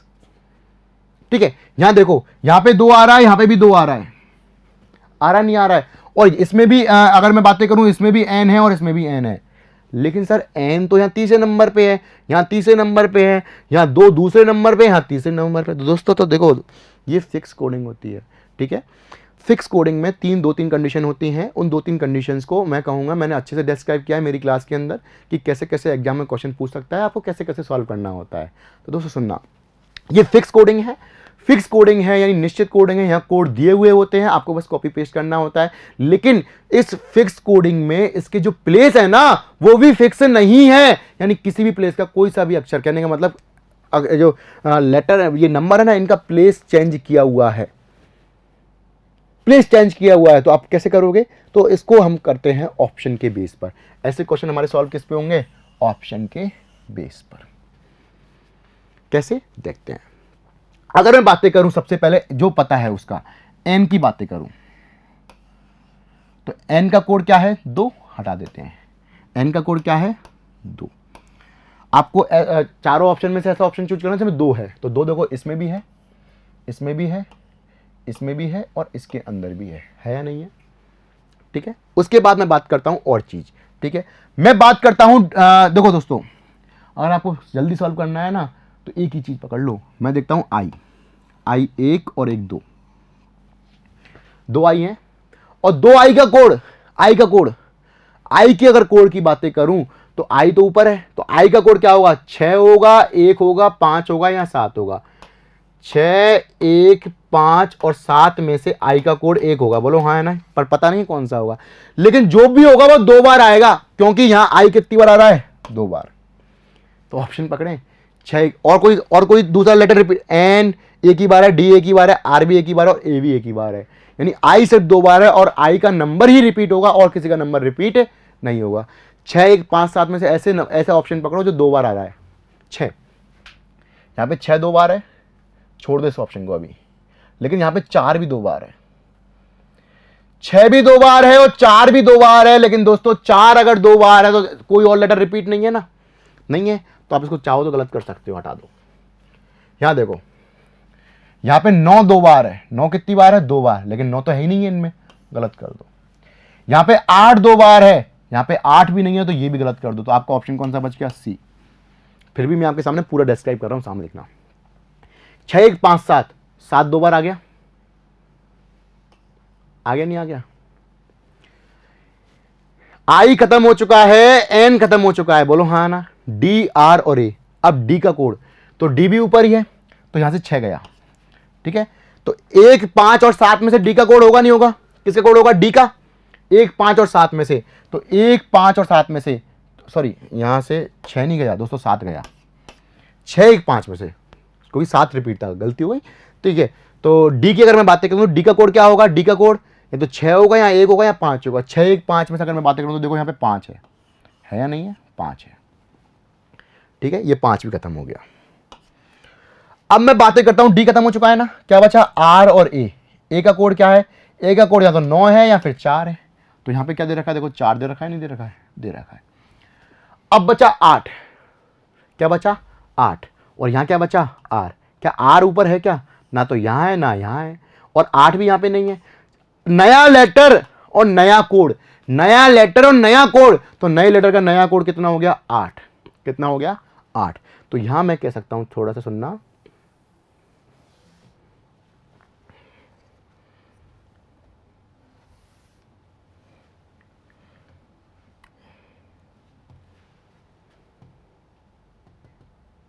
देखो यहां अगर मैं बातें करूं तो यहां पे एक मिनट, ये थोड़ा सा रफ हो जाए तो कोई दिक्कत नहीं है, नहीं तो नीचे लिख देते हैं। तो हम यहां पे नीचे लिख देते हैं 4, 5, 2, 7, 8, 7। ये आपका सी ऑप्शन था, जो आपकी क्या है? सही है। क्या है? सही है। तो दोस्तों मैं इतनी सी बात कहूँगा, ये फिक्स कोडिंग थी, ठीक है, और फिक्स कोडिंग थी तो हमारा आंसर कौन सा आ गया, सी। क्लियर। तो दोस्तों यहाँ पे अगर मैं बातें करूँ तो और अगला क्वेश्चन सुनिए, और अगला क्वेश्चन क्या है कि निम्न प्रत्येक प्रश्न में दिए गए विकल्पों में से विषम युग्म को चुनिए, विषम शब्द के युग्म को चुनिए। फिर अगला क्वेश्चन देख लेते हैं क्या फर्क पड़ रहा है। आपकी बार को आपको विषम निकालना है, ठीक है। क्लासिफिकेशन वर्गीकरण, और वर्गीकरण किए कहता है वर्गीकृत कीजिए, क्लासिफाइड कीजिए या अलग छांटिए। आपको 4 ऑप्शन दिए जाएंगे, उनमें से एक अलग छांटना है या वर्गीकृत करना है या वर्ग विशेष में बांटना है, अलग देखना है। दोस्तों सामने देखते हैं पहला, मूंगफली, जीरा, मिर्च और दालचीनी, अलग कौन सा सर? ये है लॉजिकल, पहले लॉजिक आता है उसके बाद आंसर आता है, तो आपका आंसर क्या होगा, मूंगफली। क्या होगा सर? ये तीनों क्या है? मिर्च, जीरा, दालचीनी मसाले हैं, मूंगफली आपका मसाला नहीं है, तो अलग कौन सा होगा, मूंगफली। हाँ है ना। अगला 919, 949, 646, ये अच्छा देखो देखो देखो, ओ वेरी गुड। 4 का डबल 8, 3 का डबल 6, 2 का डबल 4, 1 का डबल 2, यानी आंसर कौन सा, अलग कौन सा, ए। बाकी लेटर्स रिपीट है, बाकी नंबर तो रिपीट है, 8 8 8 8, हाँ है ना। नीचे वाला देखते हैं, 117 13, 156 12, 133 11, 228 19। अच्छा 13 नंबर 117 भाग जा रहा है 9 बार, ठीक है। 19, 19 से कम 19, 3 और 19 दूना 38, ये भी भाग जा रहा है, ठीक है। 12 कम 12, 3 12, ये भी भाग जा रहा है, ठीक है। 11 कम 11, 2 23, यानी इसमें भाग नहीं जा रहा, तो आंसर कौन सा, डी। कहने का मतलब 13 का भाग 117 में जा रहा है, 19 का भाग 228 में जा रहा है, 12 का भाग 156 में जा रहा है, लेकिन 11 का भाग 133 में नहीं जा रहा, तो आंसर कौन सा हुआ, डी। कोई बात नहीं, अगला देखते हैं। दिए गए विकल्पों में संबंधित शब्द को चुनिए। ओके, एनालॉजी, एनालॉजी सादृश्यता, समानता कह सकते हैं। एनालॉजी क्या है दोस्तों, सादृश्यता, समानता, यानी ये जो दिख रहा है ना अनुपात समानुपात, ये अनुपात समानुपात नहीं है, ये एनालॉजी, यानी कहने का मतलब ये प्रिपोर्शन का जो साइन दिख रहा है ना समानता, ये समानता का साइन है, इक्वलिटी। कहने का मतलब इससे पहले जो रिलेशन है वही रिलेशन इसके बाद होगा, यानी ए का बी के साथ जो रिश्ता है वही रिश्ता सी का डी के साथ होगा। अब देखो दोस्तों, कबूतर शांति का प्रतीक है, तो सफेद झंडा किसका प्रतीक है, आत्मसमर्पण का। भाई सफेद झंडा दिखाते ना, यानी आत्मसमर्पण कर दिया सामने वाले ने, हाँ ना, आत्मसमर्पण कर दिया। अगला कैलेंडर तिथि, भाई कैलेंडर के अंदर तिथि होती हैं, बोलो हाँ है ना। या मैं कहता हूं तिथियों से मिलके, छोटी छोटी तिथियों से मिलके कैलेंडर यानी एक बड़ी किताब बनती है जिसे हम बोलते हैं कैलेंडर, हाँ ना। भाई कैलेंडर में हम फाइंड करते हैं ना छोटी छोटी तिथियां, उसी प्रकार शब्द छोटे छोटे शब्दों से मिलके एक किताब बनती है जिसे हम बोलते हैं शब्दकोश या कोश बोलते हैं। क्या बोलते हैं, कोश, डिक्शनरी। आंसर कौन सा, सी। कैलेंडर भी एक किताब थी, हाँ है ना। कैलेंडर क्या थी, एक किताब, और कोश भी एक किताब है। बात समझ में आई कि तो आपका आंसर कौन सा, शब्दों से मिलकर क्या बनता है, कोश। ओके ठीक है, ये वही जैसे कैलेंडर के अंदर हम तिथियां ढूंढते हैं उसी प्रकार शब्दकोश के अंदर हम शब्दों को ढूंढते हैं, हाँ है ना। आगे मैंने कहा अगला SKIPRIFLKYKZ, कोई दिक्कत नहीं है, नंबरिंग कर लेता हूं मैं तो यहाँ पे 19 11 9 16, 18 9 6 12, 11 25 11 26, कोई दिक्कत नहीं है, कोई दिक्कत नहीं है। देखो दोस्तों, -1 -2 -3 -4, तो -1 क्या, जल्दी बोलो, जे, और जे वाले ऑप्शन 2 ही हैं, कोई दिक्कत नहीं है, ठीक है। -2 23, डब्लू, यहां भी डब्लू चल रहा है, चलने दो। -3 11 में से अगर 3 गए तो 8 आता है, 8 का मतलब H, ये रहा, यहां नहीं है, आंसर कौन सा, डी। और देख लो, ठीक है, 26 में से 4 गए तो 22, 22 का मतलब वी, ये रहा। सेम टू सेम कर दिया ना, जैसा आगे था वैसे पीछे कर दिया, कोई दिक्कत नहीं। अगला देखते हैं, एक संख्या श्रृंखला दी गई है जिनमें से एक पद लुप्त है, दिए गए विकल्पों में से सही विकल्प चुनिए जो इस अनुक्रम को पूरा करे। Series, okay, 0 4 18 48 question mark 180। अगर मैं सीरीज की बातें करूं तो दोस्तों यहाँ पे इंपॉर्टेंट चीज आपको पहले मैंने बता चुकी है क्लास के अंदर। क्या, सबसे पहले हम प्राइम नंबर देखते हैं,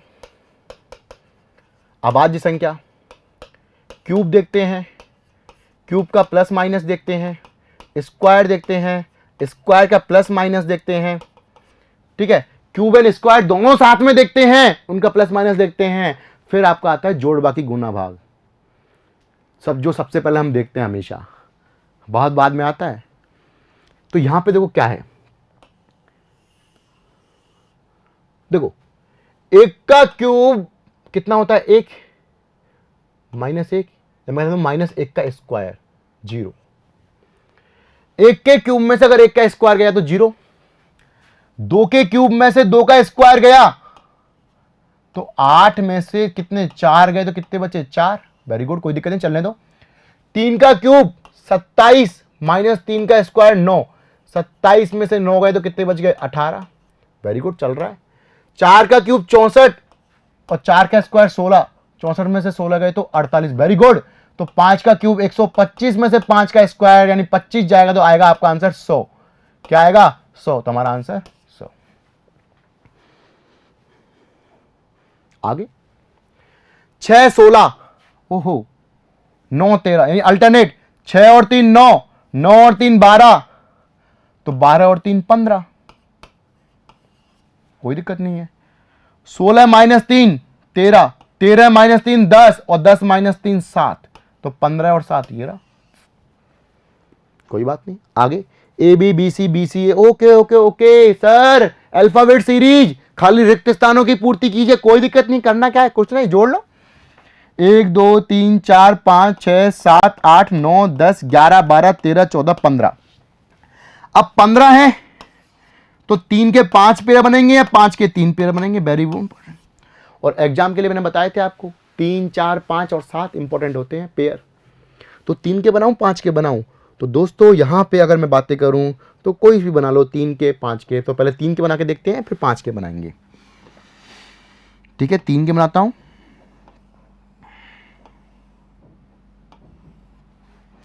3 के बन रहे हैं क्या, कोई बात नहीं, बन रहे हैं तो ठीक है, नहीं बन रहे तो भी ठीक है। तो ए बी सी, तो ए, कोई बात नहीं, ए बी, पहला देखो ए बी सी, ए बी, ठीक है, सीरीज जा रही है, कोई दिक्कत नहीं है। बी सी ए, बी सी ए, तो सी ए बी चला जाए, कोई दिक्कत नहीं है। तीसरा यहां पे ए है तो मैं कह सकता हूं ए बी सी और ए बी, बिल्कुल सही है, सीरीज बन तो रही है। क्या क्या बना, A C A C, A C double A C double A C double A, तो A C double A option में नहीं, ओहो नहीं है, तो फिर दोस्तों आपको सीधी सी बात है, हटाओ इतना ज्ञान क्यों दिमाग लगा रहे हो दोस्तों। यहां बनेगा आपका 5 का, क्या 5 का बना दीजिए, 1 2 3 4 5, 1 2 3 4 5, कोई दिक्कत नहीं है, बन जाएगा, क्या फर्क पड़ रहा है, ठीक है। देखते हैं A B C, very good, B C A, ठीक है। तीसरा क्या है, ए बी, तो सी सी ए बी, कोई दिक्कत नहीं है, तो बी सी ए बी, तो हमने फिल किया डबल सी डबल ए और डबल सी डबल ए, ये रहा हमारा सीरीज है। जब मैंने सीरीज पढ़ाई है क्लास के अंदर तो उसके अंदर बहुत सारी प्रैक्टिस करवाई है और समझाया भी है, ठीक है। बिना ऑप्शन, मैं कहूँगा बिना ऑप्शन के, बिना ऑप्शन को रखे हमने इस सीरीज को कराना सिखाया है और जल्दी कराना सिखाया है, ठीक है। देखते हैं आगे, निम्न प्रश्नों में कौन सी उत्तर आकृति प्रश्न आकृति के प्रतिरूप को पूरा करेगी, प्रश्न आकृति के प्रतिरूप को पूरा करेगी, यानी कहने का मतलब sir complete the diagram, complete the diagram, आकृति पूरी करना, तो पूरी करो ना, क्या मतलब है, छोड़ो आकृति पूरी करते हैं, तो एक तो ये बन जाएगा आपका, ये बन गया, ठीक है। और आकृति पूरी करना है तो दोस्तों एक ये लाइन आ जाएगी, ठीक है, ये लाइन आ गई तो ये लाइन यहां से जुड़ जाएगी, ऐसे ये चौकोर बन जाएगा, ठीक है। आगे, अब आगे देखो क्या करना है, कुछ नहीं करना यहाँ पे आगे। अगर मैं बातें करूं गुना 0 गुना 0 0 गुना गुना 0, तो यहाँ पे क्या आ जाएगा, यहाँ पे जो रिपीट है तो यहाँ पे गुना और यहाँ पे क्या आ जाएगा 0, ठीक है, गुना 0, तो गुना 0 की अगर मैं बातें करूं तो बी और सी दो ही ऑप्शन है हमारे पास, ठीक है। आगे बढ़ते हैं, ठीक है, यहाँ पे देखते हैं, अब यहाँ पे इस डायग्राम को पूरा करते हैं और डायग्राम को पूरा करते हैं, तो पूरा कर लो, क्या दिक्कत आ रही है देखो इसके जैसा यहाँ पे है, यहाँ पे थोड़ा सा ये बॉक्स है, ठीक है। तो अगर मैं बातें करूँ तो यहाँ पे तो बॉक्स बन जाएगा, ठीक है, और यहाँ पे आपका क्या बन जाएगा, ट्रायंगल, ठीक है। बॉक्स और ट्रायंगल, यानी आपका आंसर कौन सा आ जाएगा सब, सी। क्या आ जाएगा, सी। ये सर ये भी तो बनाया, ये थोड़ा सा मिसप्रिंट था, कोई दिक्कत नहीं थी, ठीक है। यहाँ पे दिख नहीं रहा था, ये थोड़ा सा ब्लैक के ऊपर ब्लैक हो रहा था, इसलिए दिख नहीं रहा था, ठीक है। ये यहाँ पे गुना था, यहाँ पे बॉक्स था, ठीक है। तो सुनना, बॉक्स के सामने बॉक्स, देखो तिरछा में, ट्रायंगल के सामने ट्रायंगल, ट्रायंगल के सामने ट्रायंगल, ठीक है। इस बॉक्स के सामने ये ऊपर वाला भी नहीं दिख रहा, कोई दिक्कत नहीं, हम बना देते हैं, ठीक है। वो ब्लैक के ऊपर है, ठीक है, थोड़ा ब्लैक में हो रहा है इसलिए वो दिख नहीं रहा था, ठीक है। तो इस बॉक्स के ऊपर बॉक्स, सामने, इसके यहाँ पे सामने, इसके यहाँ सामने, इसके यहाँ सामने। तो हमारा जो हमने फिल किया है, वही हमारा आंसर होगा, और हमने फिल ये किया है, और इसका आंसर अगर मैं कहूँ तो आपका आंसर कौन सा जाएगा, सी। कोई दिक्कत नहीं है। कंप्लीट द डायग्राम का बहुत इजी क्वेश्चन आता है। कंप्लीट द डायग्राम, तो डायग्राम कंप्लीट करना होता है, तो कंप्लीट करेंगे तो आपका आंसर दिख जाएगा, कोई दिक्कत नहीं है। आगे, नीचे दिए गए प्रश्न में यदि एक दर्पण को MN रेखा पर रखा जाए तो दी गई उत्तर आकृति में से कौन सी आकृति सही दर्पण प्रतिबिंब, मिरर इमेज। सुनना, अगर मैं मिरर की बातें करूं और वाटर की बातें करूं, ठीक है, मिरर इमेज और वाटर इमेज, दर्पण प्रतिबिंब, जल प्रतिबिंब। दर्पण की बातें करूं, दर्पण की कंडीशन दो होती हैं, जब दर्पण नहीं दिया गया हो, सेकंड जब दर्पण दिया गया हो,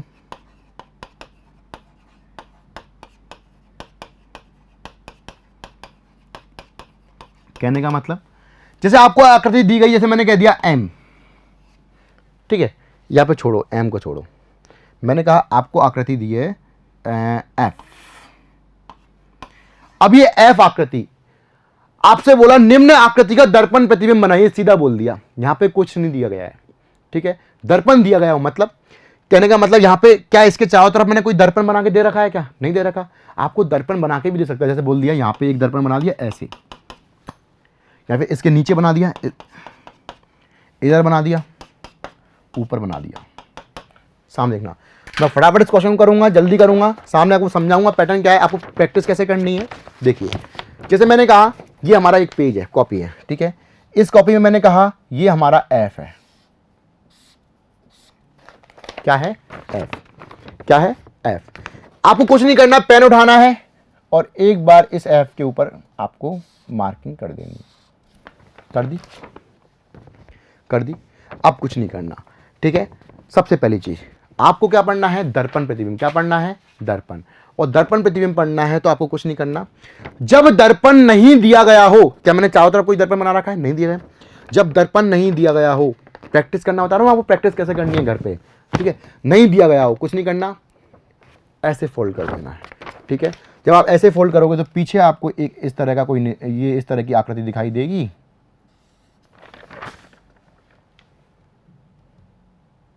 ठीक है, इस तरह की आकृति दिखाई देगी। ये F था, ठीक है। तो आपने पीछे देखा तो ये हुआ आपका दर्पण प्रतिबिंब। दोबारा देखना, ये दर्पण है, आपने फोल्ड किया, ये दिख गया आपका दर्पण प्रतिबिंब। बात समझ में आई। जब दर्पण नहीं दिया गया, जब दर्पण दिया गया है, अगर दाएं हाथ पे है तो दाएं हाथ से उल्टा कर दो, बाएं हाथ पे है तो बाएं हाथ से उल्टा कर दो, दोनों का आंसर एक ही आएगा, ठीक है। अगर ऊपर है तो ऊपर से दे दो, नीचे है तो नीचे से कर दो, तो भी दोनों का आंसर एक ही आएगा। बात समझ में आई क्या, ठीक है। ये तो हुआ दर्पण। और जल हमेशा होता है नीचे, तो जल में हमेशा कुछ नहीं, नीचे से ऊपर करना है आपको, नीचे से ऊपर करना है, ठीक है। पहले हम क्वेश्चन देखते हैं सामने, फिर उसके बाद बातें करते हैं। क्वेश्चन है, देखो इसने MN रेखा खान दे रखी है, नीचे दे रखी है, तो नीचे से ऊपर होगा नहीं होगा, बोलो हाँ है ना। अब जब इस डायग्राम को नीचे से ऊपर करोगे तो ये बॉक्स ऊपर पहुंच जाएगा, ये बॉक्स नीचे आ जाएगा, बोलो हाँ है ना, ठीक है। कहने का मतलब सीधी सी बात है, आपका आंसर कौन सा हो जाएगा, ए। कौन सा हो जाएगा, ए।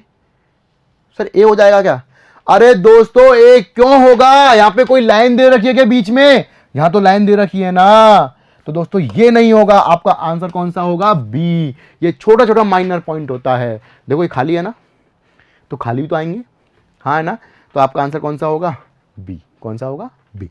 आगे बढ़ते हैं, अगला, कितने वर्ग हैं, होंगे वर्ग, गिन लेते हैं, क्या फर्क पड़ रहा है। तो देखो दोस्तों फटाफट गिनते हैं, देखो ये पूरा वर्ग है, वर्ग के अंदर मैंने आपको कंडीशन बताई है कैसे, देखो ये वर्ग है,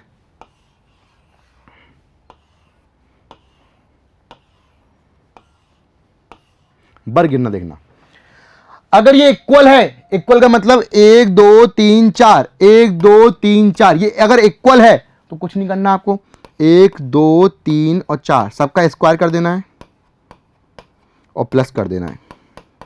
1 का स्क्वायर 1, 2 का स्क्वायर 4, 3 का स्क्वायर 9 और 4 का स्क्वायर 16, आपका आंसर आ जाएगा 30। 30 वर्ग है। कितने वर्ग है? 30। अगर ये इक्वल नहीं है, यानी एक और बढ़ा देता हूं इधर, अब 1 2 3 4 5, 1 2 3 4 ही रह गए, तो इस केस में आपको क्या करना है वो भी देख लो।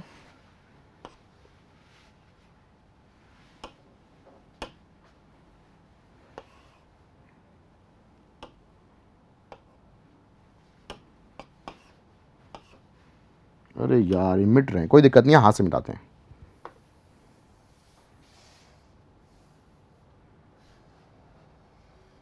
सामने।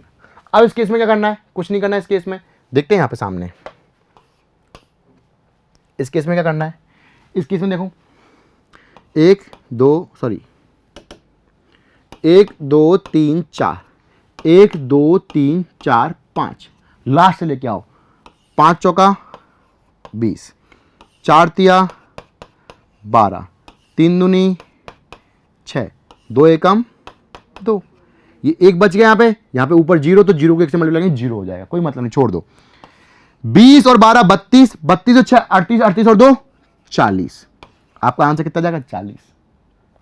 यहाँ पे आप चाहो तो वही वाला केस यूज कर सकते हो। देखो कैसे, अगर मैं यहाँ पे बातें करूँ, ये रहा वर्ग, पहले इसके अंदर बात कर लूँ, इसके अंदर कितने हैं, तो 1 2 3 और 4, 1 और 2, तो 4 दूनी 8 और 3 एकम 3, 8 और 3 11। तो देखो सुनना, ये तो 11 हुए, अभी तो बाकी हैं, ये तो 11 हुए, ठीक है। सामने देखना, मैं आपको गिन के भी बता देता हूं, सामने देखना, ठीक है। यहां देखना, ये वर्ग 1 2 3 और ये 4, 4 और 4 8, 8 के बाद 9 10 और ये 11, तो हमने 11 एक ही बार में गिन लिए थे पहले। इसके बाद देखो दोस्तों, ये डायग्राम अंदर बना हुआ है, ये वाला देखो, ये एक वर्ग का डायग्राम बना हुआ नहीं बना हुआ है। तो अगर मैं इसकी बातें करूं तो 11, 1 2 3 4 और ये 5 पूरा 11 है, ये 5 हो गए। 5 के बाद अगर मैं बातें करूं तो एक डायग्राम ये और बना हुआ है, बोलो हाँ है ना सर, इसमें भी 5 नहीं, इसमें 5 नहीं, क्योंकि ये कॉर्नर वाला हमने पहले इसके अंदर काउंट कर चुके हैं भाई, इसके अंदर काउंट कर चुके हैं हम, इसके अंदर ये वाला कॉर्नर, तो हाँ है ना, ठीक है। तो कुछ नहीं, यहाँ 1 2 3 4 ले लो। और इसकी बातें करूं तो इसमें भी कॉर्नर काउंट कर चुके हैं, तो इसके अंदर भी हम कितने ले लेंगे? 4 ले लेंगे। 11 और 5 16, 16 और 8 24, तो आपका आंसर कितना हो जाएगा? 24। खत्म दोस्तों। काउंटिंग द फिगर में मैंने इसको अच्छे से समझाया है, ठीक है, कि आप वर्ग कैसे गिनते हैं, आयत कैसे गिनते हैं, त्रिभुज कैसे गिनते हैं, वहां आपको और बेनिफिट मिल जाएगा, ठीक है। यहां हमें क्वेश्चन जल्दी करने हैं थोड़े से, इसलिए लास्ट क्वेश्चन है आपके सामने, कितने त्रिभुज तथा कितने वर्ग हैं? कोई दिक्कत नहीं है, त्रिभुज के लिए तो हम सीधी सी बात है एक ही चीज यूज करते हैं, इसके अंदर त्रिभुज गिनने हैं, तो 1 2 3 4 5 6 7 8, 8 का दुगना कितना? 16।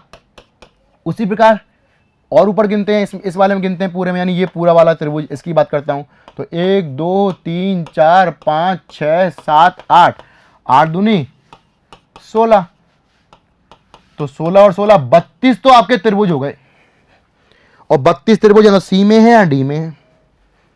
अब वर्ग की बात कर ले तो क्या दिक्कत है, वर्ग में तो आपको पता है सब, इसके अंदर कितने? 5 वर्ग बताया ना अभी, 1 वर्ग, ये 2 वर्ग, 3 और 4 और एक पूरा वाला 5, और 5 ही इसके अंदर, 5 और 5 10 वर्ग, तो आपका आंसर कौन सा हो गया? सी। तो दोस्तों ये त्रिभुज गिनना, वर्ग गिनना, ये काउंटिंग द फिगर में मैंने आपको अच्छे समझाया है। और अगर मैं बातें करूं तो दोस्तों, अगर आपका कंसेप्ट क्लियर है तो क्वेश्चन कैसा भी हो आपका सब कुछ क्लियर है। बस मैं आपसे फिर एक ही चीज़ कहूँगा कि टाइम का थोड़ा सा ध्यान रखेंगे और क्वेश्चन को थोड़ा सा स्पीड से करेंगे, क्योंकि आपके पास टाइम कम है और पेपर में दूसरी सब्जेक्ट भी हैं। ओके दोस्तों, ठीक है, मिलते हैं अगली क्लास में या अगले प्रोग्राम में, या फिर मैं कहूँगा आपको और क्वेश्चन लेके आएंगे हम यहाँ पे और चर्चा करेंगे। धन्यवाद।